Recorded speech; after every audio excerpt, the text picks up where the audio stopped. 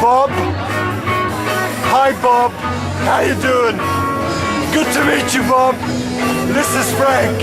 We both have Wednesday Kennedy syndrome, Bob. We're both coming off heavy Wednesday Kennedy syndrome. Bob, We need it's medication. what it is, you know. It's what it is. It's what it is, We Bob. can't afford the drugs we need to stay sane. You don't know what Someone it is, has to Bob. help us. Because someone Bob- has to help us. You're in trouble, Bob. You know you do. You know you're in trouble. You're in trouble, Bob. You know you do. You know you're in trouble. I get my best thoughts like first thing in the morning. And I don't really want to have to worry about what I look like first thing in the morning. So, you know, a ponytail is like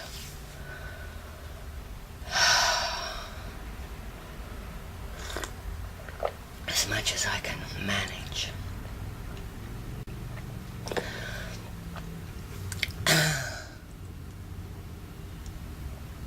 It's like every night before I go to sleep, I pray for truth. I pray for clarity.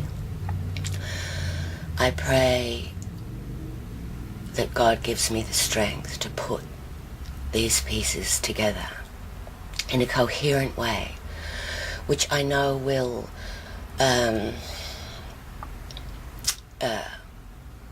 legally and, you know, socially, financially net me nothing, but spiritually and emotionally and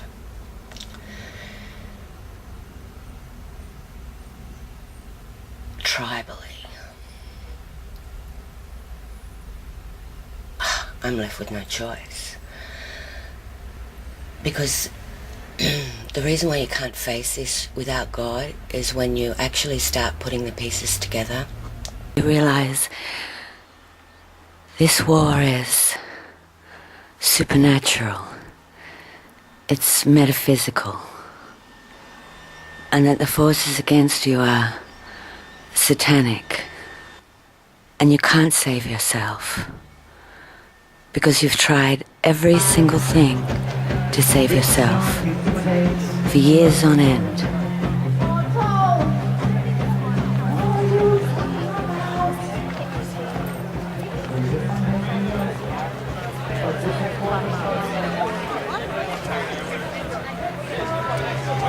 Look at that.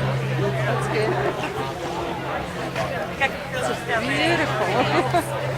Yes. Just let me get my speech together.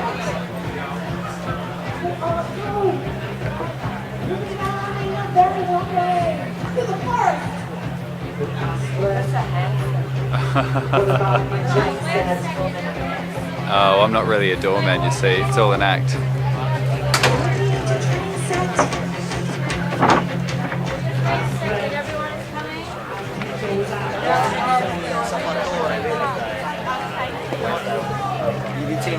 Somebody that you should come and see because it's something about the environment and how we can save some water and preserve plants the longer. So you should come and have a look and ask questions about it. Come on. I'm not really into that. I don't care. No? Well,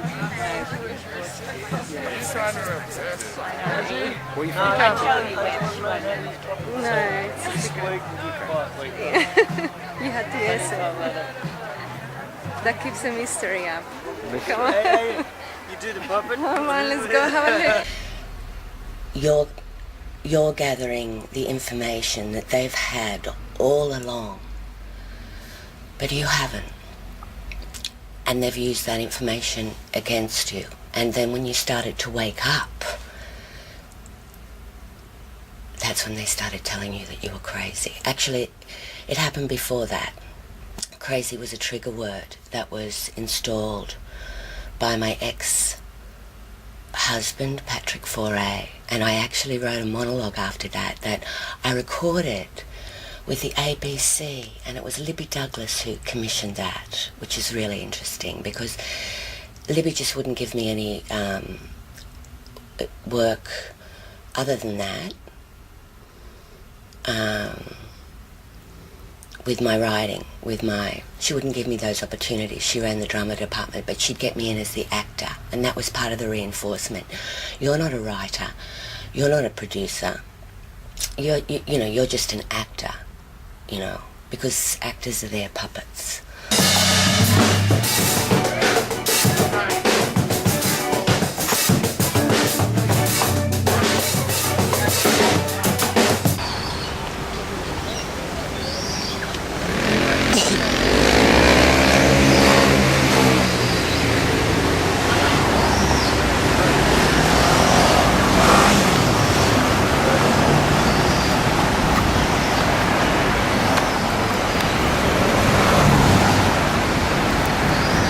So anyway, what do you mean that my work is incomprehensible and that you're scared that people will think that I'm crazy? What do you mean by that, huh? Well, what I mean by that is, but when you're stupid, you just keep on bending in the wind.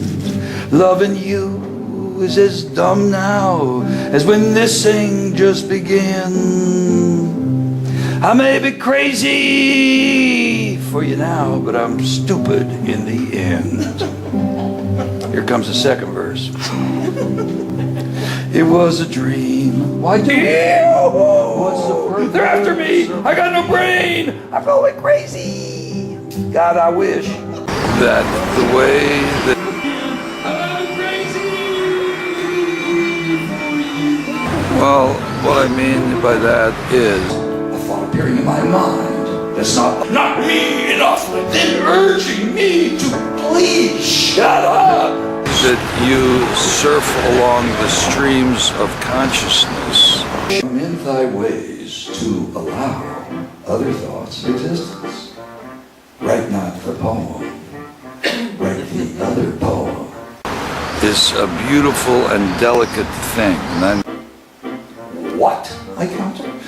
By so doing, am I not giving vent to another that's not the actuality of me? She's too beautiful, too much. That I could not have the essence of me is a delicate and evanescent thing. And the meaning that you have in it is particular to you. And if only everybody, I think I can get it. I'm starting to get it. So here's the thing, and I'll try to nutshell this as much as I can. Bob knew I was targeted because I told him, but I didn't really have to tell him because he had watched me for, all that time on MySpace and all those years previously on Facebook, and he could see in my videos that I was targeted. I had also invited him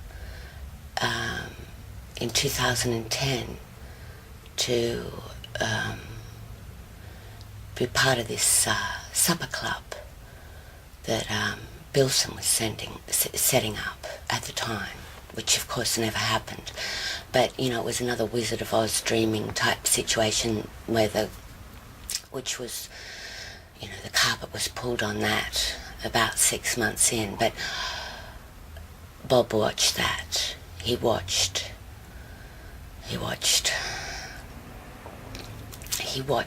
that whole trap and drama being played out.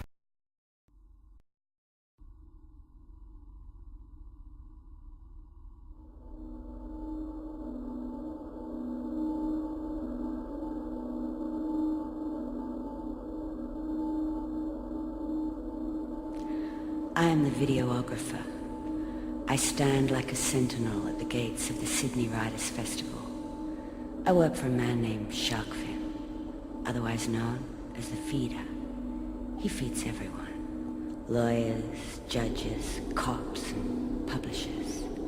And I got a book I need smuggled out of these borders. So I'm scanning the room. I gave Sharkfin a copy of my book, but I think he put it in the bin. So now I hold the camera, I'm the digital diva. I shoot, narrate, and edit. I make YouTube stars of wannabes. I make pallid, limp affairs look like happening events. I feed the lie and the lie feeds me. It's a symbiotic relationship. And tonight I'm standing on the outside looking in at the literati event of the year, facing the door and across from the smoking tables. I'm no longer the 21st century showgirl. I'm the keeper of the gaze now. My camera is my cock, my pen, my pussy, and my deadly weapon.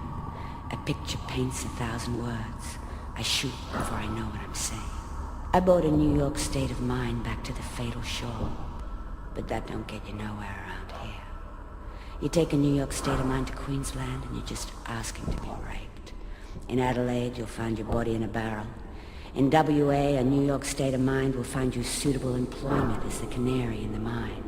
And every single road leads home to the cradle of whores and criminals.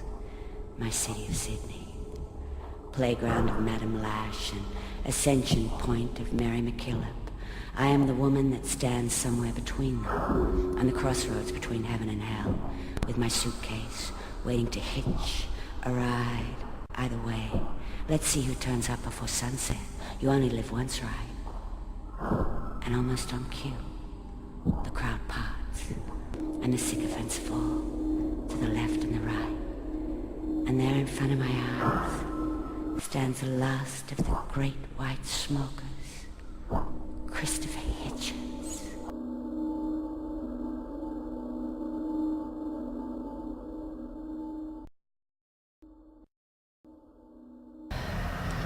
The short of it is, Bob watched it. He was part of it, so he very much knew what my situation was by the time he arrived in Australia in October of 2013. I had introduced him to the other gang stalkers. I mean, getting my head around that is huge. I had introduced him.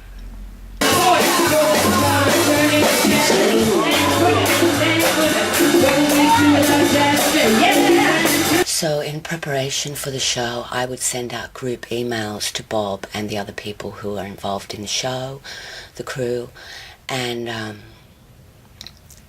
Bob would ignore me in those emails. And it just, it did two things. It shamed me in front of my own crew, and it just made me look like an idiot, like I was just talking to myself. So I sort of got wind of this after a while. Like, I was working really hard on this show and I wasn't getting paid, Anyway, so I pulled the plug. But he talked me into it. He talked me into doing it. And he did it with really just a few trigger words. And then he got me to ring him. And I just rang him like a... Dial the number of my equal opportunity employer to inform him I will not be in to work today. Rang him like a robot, and like 2 words and I was already like in that sort of zombie space. How come I'm crazy for you? And that's when I changed the poster. It was like I graffitied on it.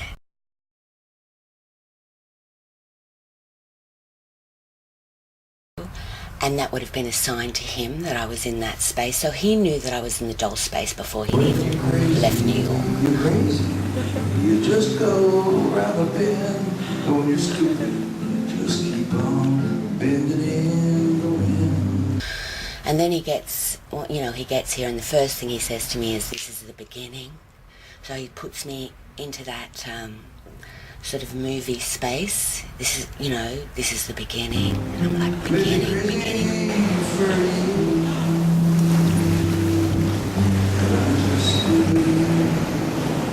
So can you get across down there, or do you have to go up over here? Yeah, I think we've got to go up this way. What's the purpose of dreaming? I got a job, I'm good. Oh, I live alone, but then there's a dog, but you don't really count, oh yeah. Dropped your undies, Bob? Yeah, I dropped my undies somewhere. I hope they got them on camera so I can find them. I bought these new quick dry undies after the Ukrainian experience of having to do my laundry all the time. You know, I couldn't script this. After the Ukrainian experience of having to do my own laundry all the time. I mean, if that doesn't just sum it all up in a nutshell. And the ad on the undies said 17 countries, one pair of underwear. Or maybe two, in parentheses. So I said to the sales lady, what do you think? She said, well, I definitely would go with two.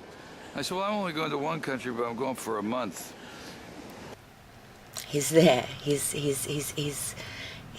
hiding in plain sight. He's literally telling me everything.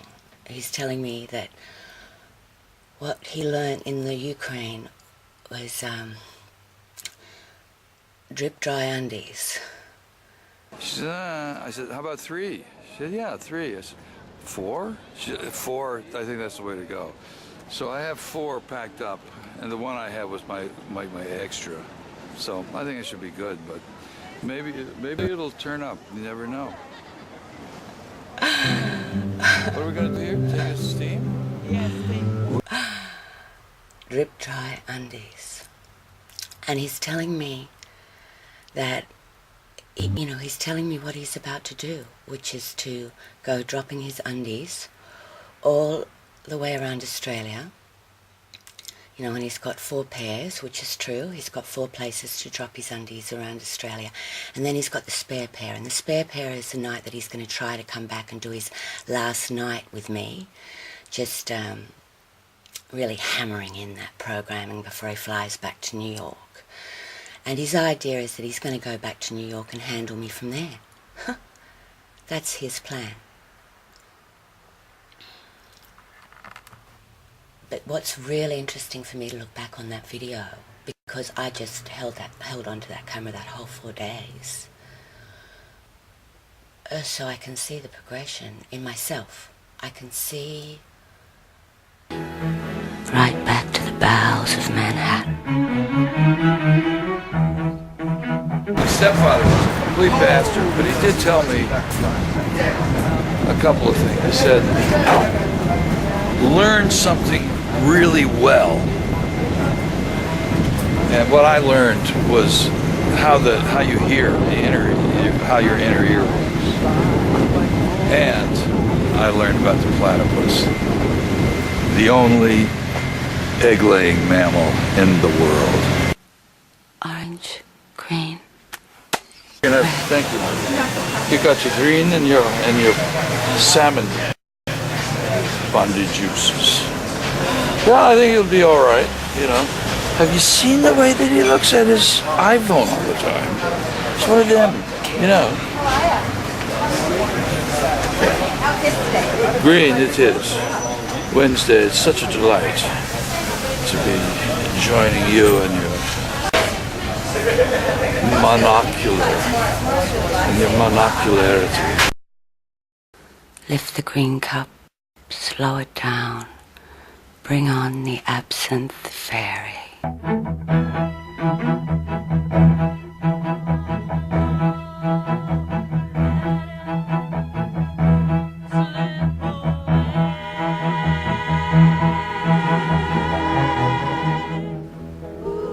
This was something else. I was not in control. I was not in control of myself after that. And he maintained me in that state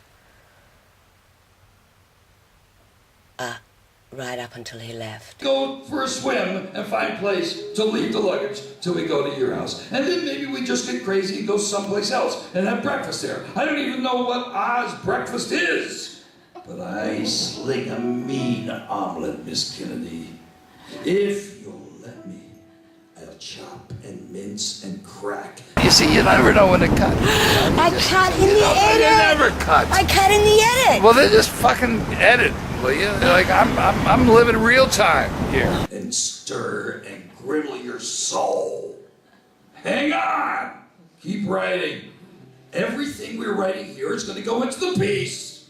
We're gonna have 5 days to get this thing into shape. Once I hit the ground running, we gotta always keep the improv edge. Don't forget to get that polar bear at the piano. I'm not worried about the writing. We already got too much writing. Enough with the writing! And the tech side, what are we gonna do about that? Does the video have a tech side? What if we could only get Zed to do the tech work and join in with his guitar, other instrumentations? Look, maybe we need, I don't know, but what do we, and Gail's gonna come rolling in and she's gonna take over with her great fiction poetry. It's all real to me, I don't know. He's making it sound like he is producing the show. But I was producing the show. I was the producer. And all of those things that he's talking about were things that I outlined in the emails, the group emails that were not erased, well, they were erased because they were ignored but reclaimed on stage here with Bob.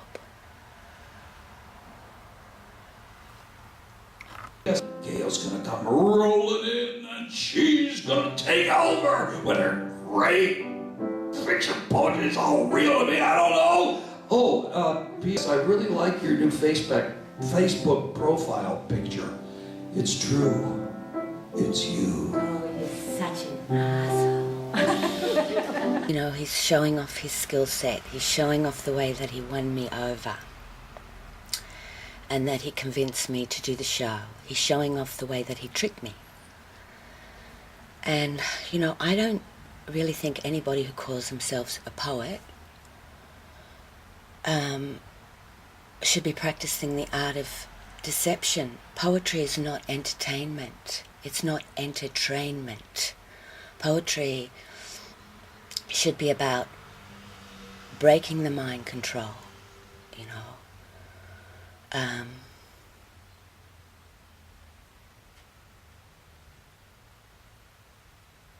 Poetry is not about reflecting back the hive mind, you know. It's not about kneeling in submission to power. It's not about lying. Poetry is about truth. It's about speaking truth to power.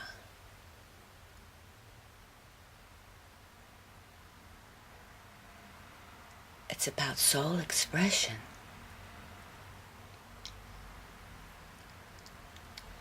But this is ultimately what happens when you take the God out of poetry, because that's what Bob did with the slam culture in New York. And I mean, you know, this is another thing with the mind control.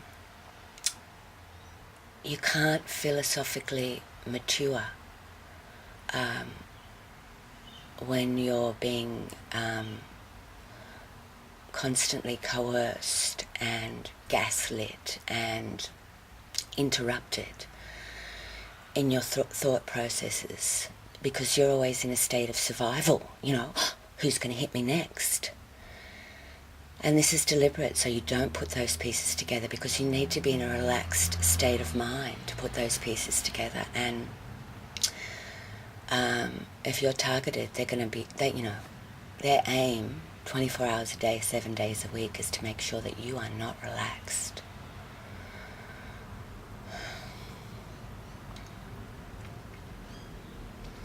And that the stress builds up so much in your system that you end up dying young. You end up getting cancers, you end up getting strokes, you end up with all sorts of nervous system and immune system ailments that kill you young.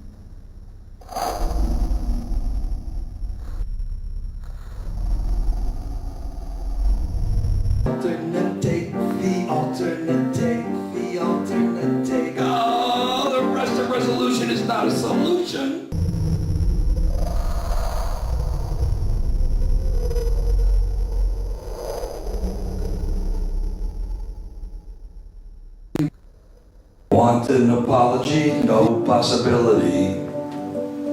My address, the contradiction of definition. Definition, demolition. Old riverboat man, death, he knows it.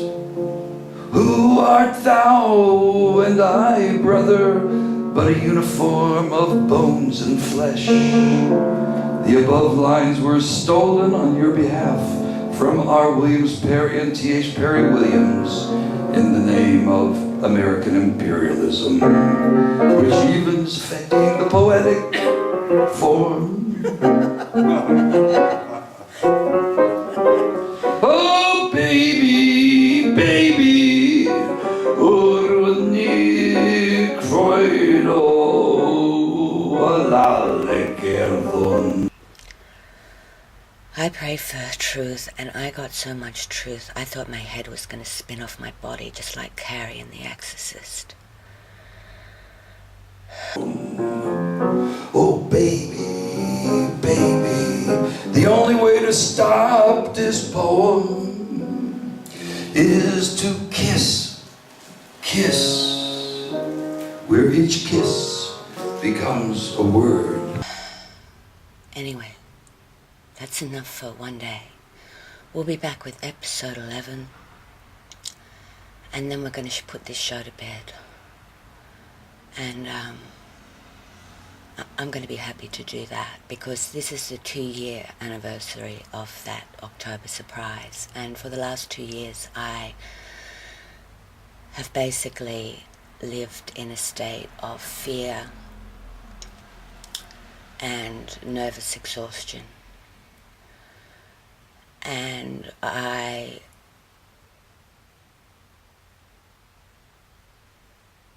have been too afraid to put these pieces together, because I've been afraid of repercussions, because other people on the local level came in after Bob left to maintain the reprogramming that he'd set up. So there's a lot of people that don't want me to speak, because they're afraid that my truth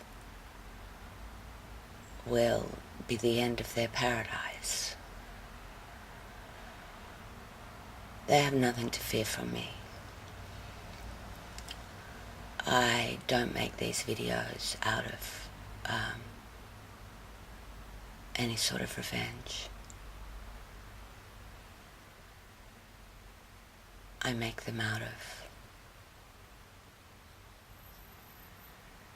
them because I have the right to reclaim my life and my story. And I will do that. And, you know, if you got under the skin of my story and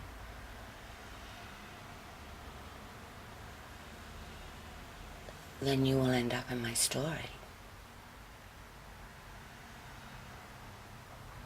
But it's not like I gate crashed your club, or I gate crashed your life. You gate crashed mine.